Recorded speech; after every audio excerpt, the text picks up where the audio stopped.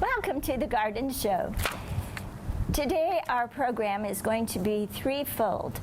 We are going to talk about pests in the landscape, landscape grasses, and food art.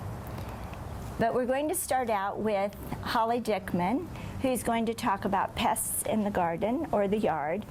And she has brought some examples of different kinds of things that are happening when she goes out to people's yards to see what is happening for them and maybe how to solve their problems. So, Holly is the Ellis County Extension Horticulture Agent for our city, and she does a great job. So we're lucky to have her. Before we start, I want to show you something that I brought that is not a pest. It's not a pest to me. I found this caterpillar on my counter this morning after I had bought some herbs in, and it must have fallen from them. And I'm not unhappy to have him because later on he'll turn into a monarch. So he's on dill, but I understand he usually wouldn't be. Is that true? Right. If it is a monarch butterfly caterpillar, they prefer milkweed. So it's important to have milkweed, which we have natively in our pastures and ditches and things for the monarch to feed on. So they do prefer those types of plants over others. Okay. All right. I'll let you talk about some things that you brought. Well, as you said, Linda, I go out often during the summer months, during the growing season, to look at various plant problems, and I get tons of phone calls about pests. And so today I just brought a few of the most common things that I get questions about. The first one I'm going to talk about is bagworm. And bagworms are caterpillars that can feed on just about anything, but they prefer evergreens. So junipers, spruce trees, cedar trees, those types of trees that stay green all winter long, those seem to be the ones that are most affected by bagworms. Bagworms are simply caterpillars that construct bags out of the foliage that they are eating. So as you can see with this example here, we have some very mature bagworms. They have been feeding since probably late May. That's usually when the eggs hatch, mid to late May. And they continue to feed throughout the summer months until they have these bags that are about 1 inch to 1.5 inches long. And I'm glad that we're talking about this today because this is really when a lot of people notice them, is when they get to be fairly large and you can see them easily hanging from the trees, or they may still even be feeding. And this is the size when they're quite large that they do a lot of damage. And so foliage turns brown, things start to show up, and that's when I get a lot of phone calls. They are fairly easy to treat at the right time, but the timing has to be just right. And so, you know, these bags on these branches that I found have already closed up. The insects are not feeding on the foliage anymore, and this is too late to spray for them because you would just waste your insecticide by spraying at this time. Well, how do they look before they get to this point? Well, when they first hatch, like I said, they're just tiny little caterpillars, and so they are just itty-bitty, almost impossible to see with the naked eye. So they're much smaller than They are very much smaller than that caterpillar you brought this morning. So it's hard for people to see them and they don't know what's going on. Right, and when they're so little, they're not doing much damage. You know, if you've seen caterpillars in your garden or in your yard before, you know that as they grow, they eat more, and so that's when they do more damage. But when they're little, that's when they're easier to kill. And so that's why the timing has to be just right for killing these bagworms. And like I said earlier, they usually hatch about the end of May or throughout May. And so if you spray at the end of June or the very first part of July, around July 4th, that's when they are very actively feeding. They're very small and they're very easy to kill.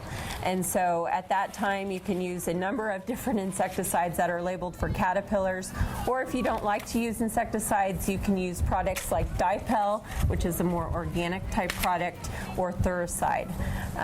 The only option at this time of year, when they get to be this big and they're no longer feeding, you don't see a little caterpillar sticking its head out of the bag chewing on things. The only option right now is to pick them off by hand.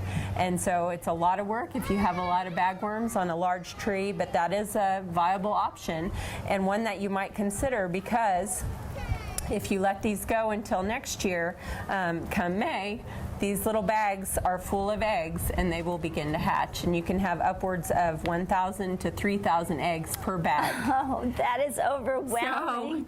So it is important to get them under control. And you know, sometimes, especially on a big, large tree like this came off of, you know, these bagworms may not cause enough damage to harm the health of the tree in 1 year.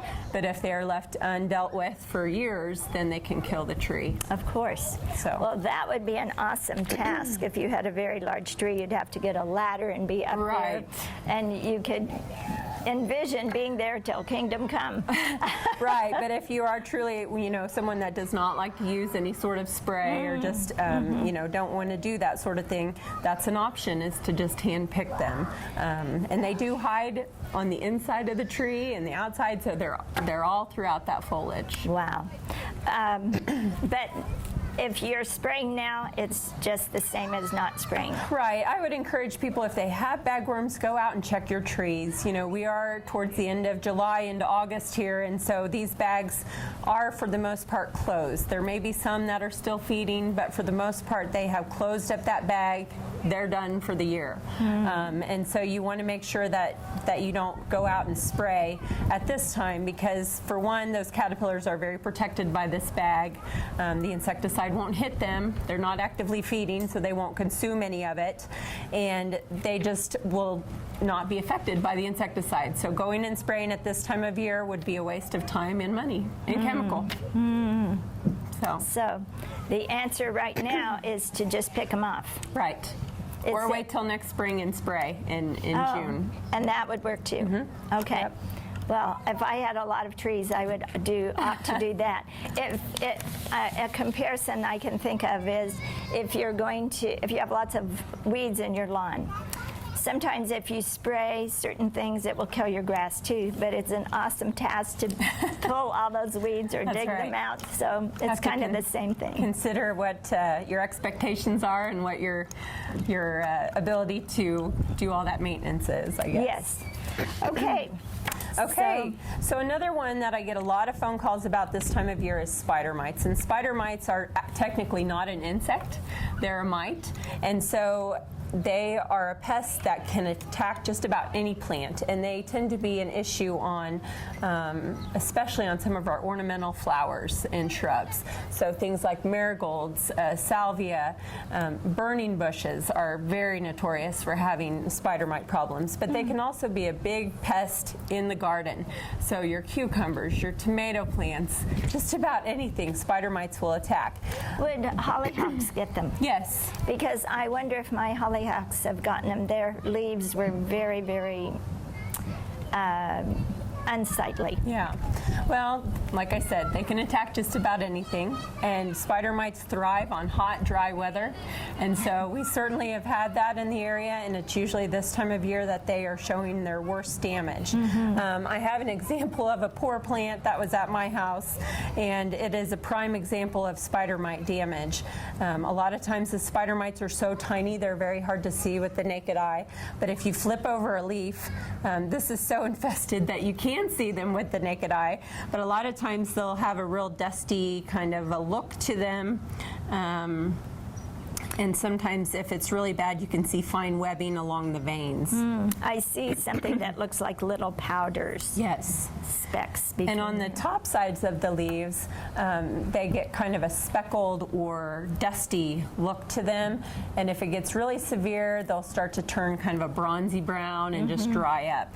And so, you know, I mentioned that mites are not insects. The spider mites are not insects. So one of the worst things that a person could do is to go and spray this plant with a broad spectrum insecticide like 7 or permethrin, because you will not kill the mites, but you will kill all of the beneficials and all of the predatory things, and your spider mite populations will explode.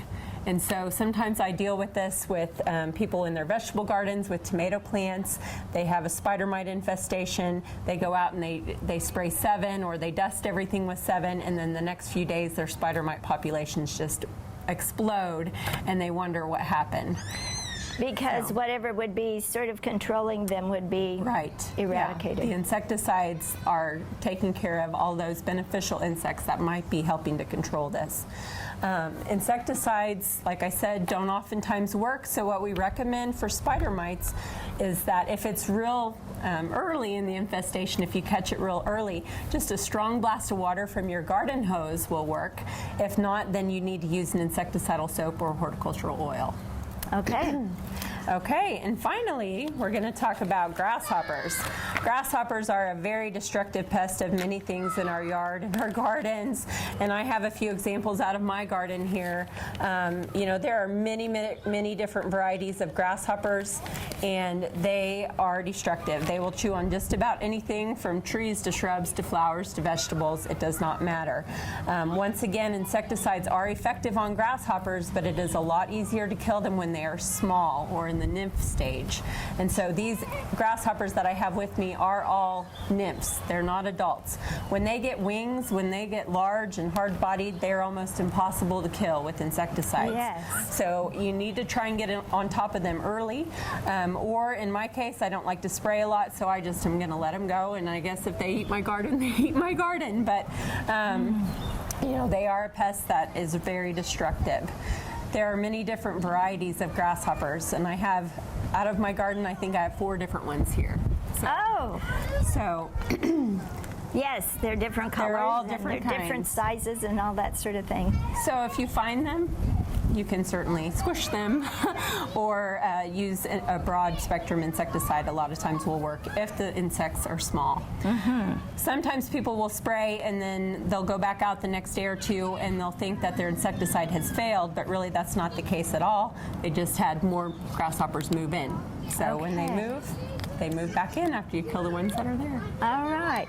Well, thank you for talking to us about these different pests, and we hope that nobody has them, but we know that they do.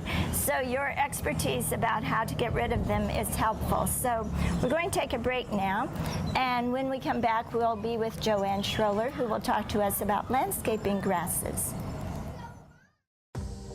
In a recent independent study that compared Nex-Tech and the local cable company, internet pages loaded 16.9% faster with Nex-Tech internet and performed better in every category tested.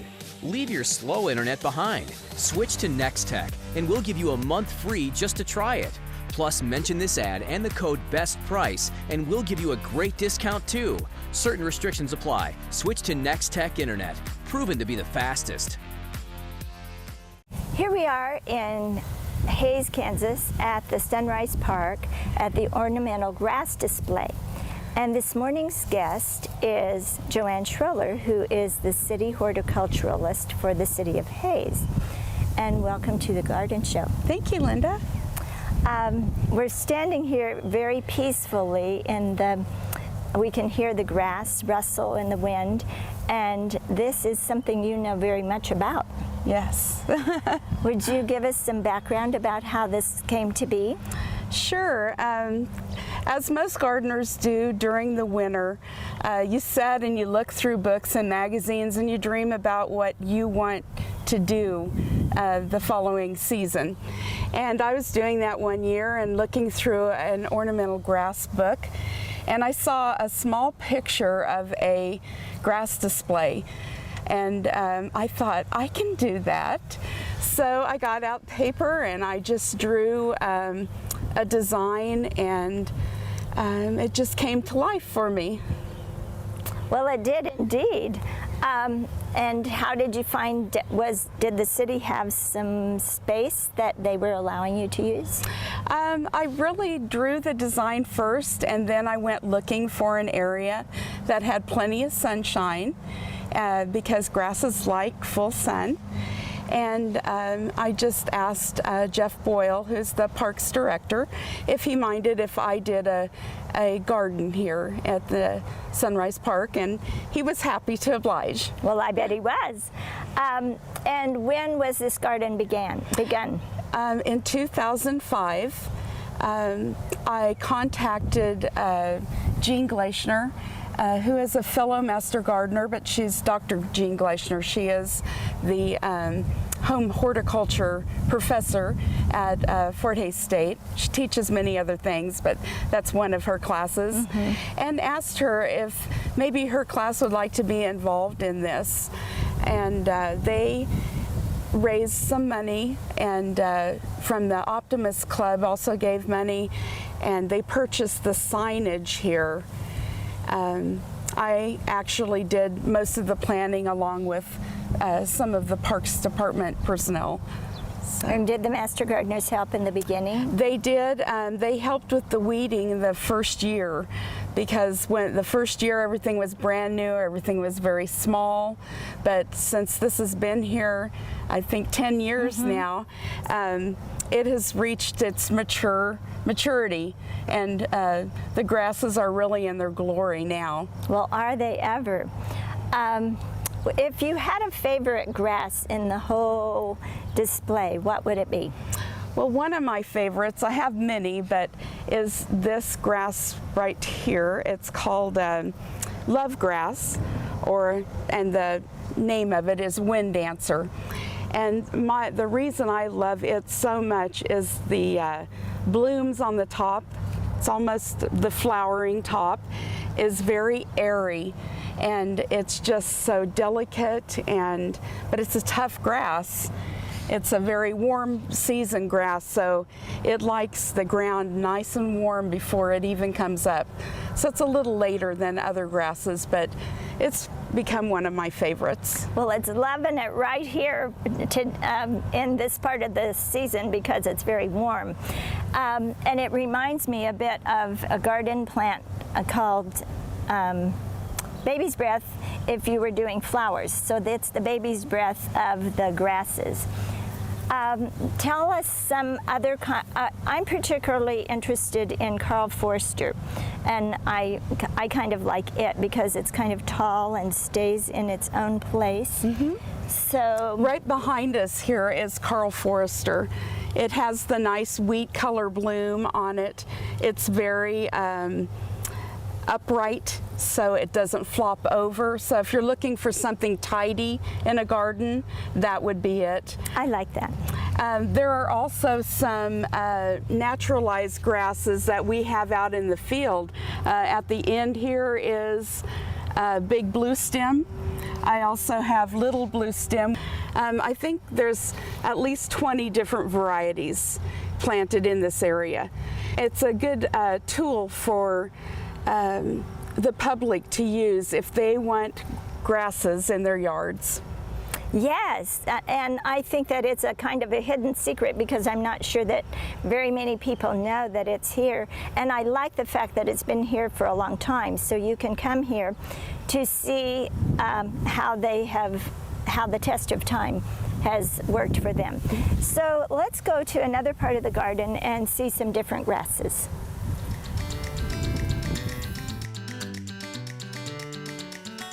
Here we are in another part of the grass display, and we can see from where we're standing the morning light, the porcupine grass, which does not have stickers, and the ribbon grass and the heavy metal. And tell us about the heavy metal. Well, I think it was named because as it matures and in the fall, it gets kind of a metallic look to it with pinks and bronzes, and so it just describes what it looks like more or less as the metallic look. So not only do we have heavy metal music, we have heavy metal grasses, and I didn't know that, so that's great to know. Tell us about how you maintain, do grasses need a lot of water, and what else do you have to do to them? This area is on a drip system. We only use it maybe once a month in the hottest part of the summer if we haven't had any rain. Now this summer we've had quite a bit of rain, so we haven't had to water very much at all. But some years we do and some years we don't. The grasses are cut back in the spring, early spring, and that's another thing that Dr. Jean's class helps with, is they come on a certain day and they cut all these grasses down to about 6 to 8 inches tall. That's amazing. What a Yes. big help that is. It is. It's a big help, but the garden is not very attractive in the spring. So the best time to look at it is this time of year. But it stays tall like this all through winter, even though it's not green anymore.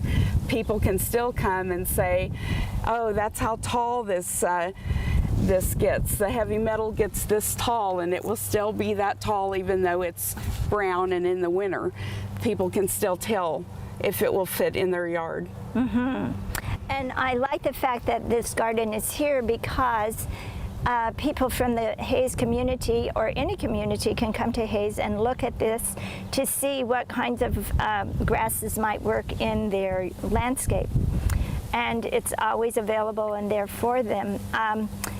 Some places in Hayes that I can think of that have utilized grasses nicely are the Hayes Med Center in their parking lot, and Dr. Tillman's office has used some along with drought-resistant plants that has worked out well. And then most recently the Commerce Bank has used the Carl Forster grass along with daylilies, and right now it's really putting on a show on Vine Street. So can you think of some other grasses that are in the garden that people could come and see? Sure. We have Shenandoah, which kind of turns a purplish color in the fall. It's very pretty to look at. Thundercloud is one of them that is very tall. Okay. And you wanted to tell us something about this plant that's growing right here. Yes. If a plant just comes up naturally in the garden, I leave it. And this is snow in summer, and it was just brought here from seed from like birds or something, and I let it go as long as it doesn't take over. There's also milkweed coming up. I didn't plant it, it just came up here, and there are a few hollyhocks that come up for color. I don't care if they come up. I just will not let them take over because they're not the main focus of the garden. All right.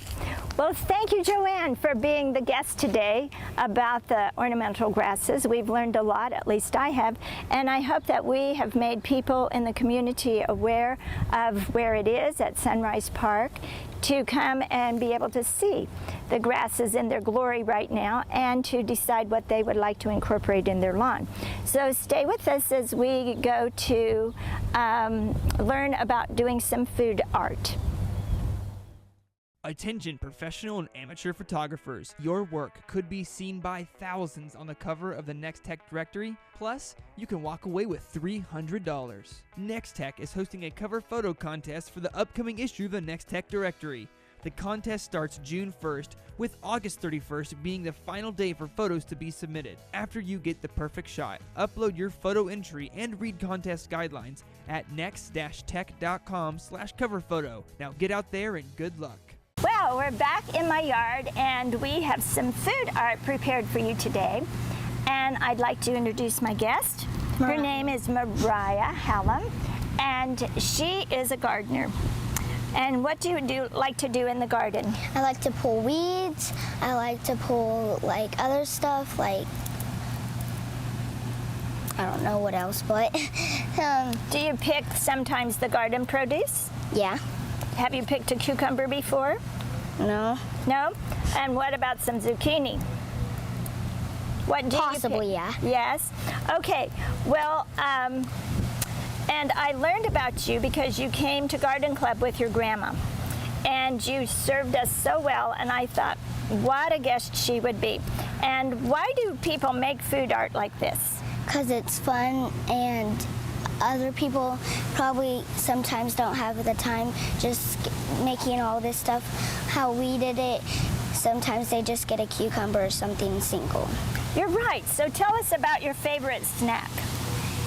A cucumber, put ranch dressing on it, and sprinkle sunflower seeds on it. So your mom is the lucky mom because she has a daughter who doesn't mind if you don't make it fancy. But anyway, we made fancy things today, so let's talk about them just a little bit. Okay. Well, let's talk about this. It's made from, grapes and it has little fun eyes. eyes, yes. And if you wanted to, you could give it a little mouth. And let's see, which one would you like to talk about? This one. All right.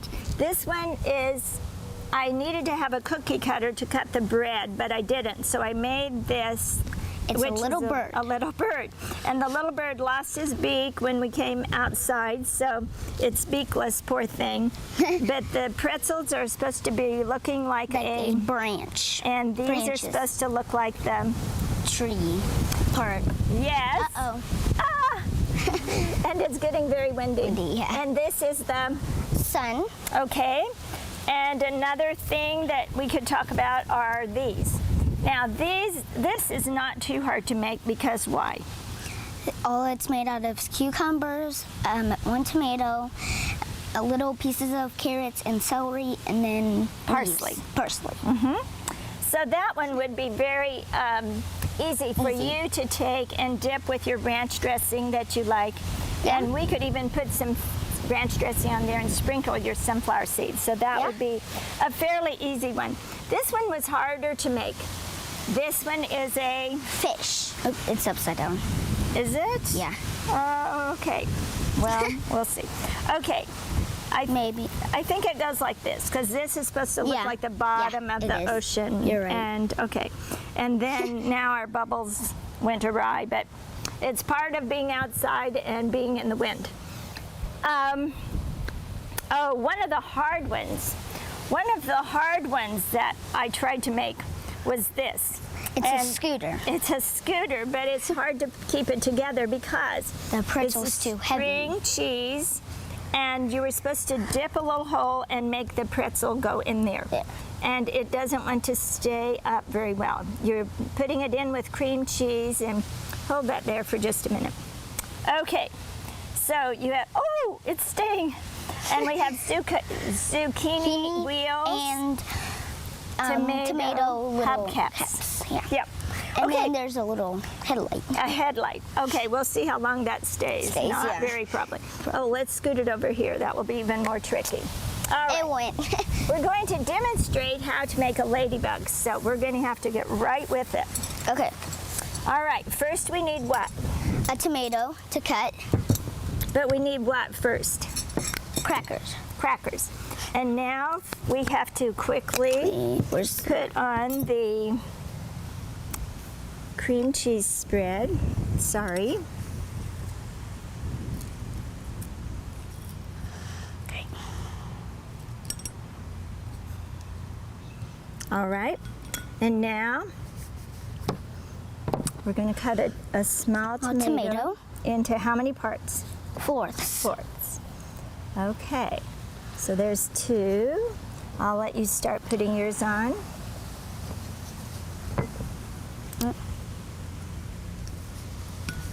There's another one. Okay. Okay. Take an olive and put it for the head. All right. Okay. Now get little Chives. chives, as well. And you put them in the little olive hole. And they're supposed to be the Antennas. Whoa, those are really long. So maybe we'll cut them off a little bit. We can do that. I'll let you use these. Here, I can cut mine off. Oh, all right. Oh. Okay. And now to put the dots on, We use food coloring, right? well, it's icing that has food coloring in it. And we decide about how many dots on each side. We're gonna do 5. 5 on each side and make them a little bit smaller. You know, not only kids like food art, because if I were having a garden party, I might think about making some of these ladybugs. I think the ladies would like those. So You wanna do yours? I'm going to do mine, and while I'm doing them, if you ate all of these things, you would get lots of energy. And I happen to know that you're good at cartwheels. So would you do a cartwheel? Great.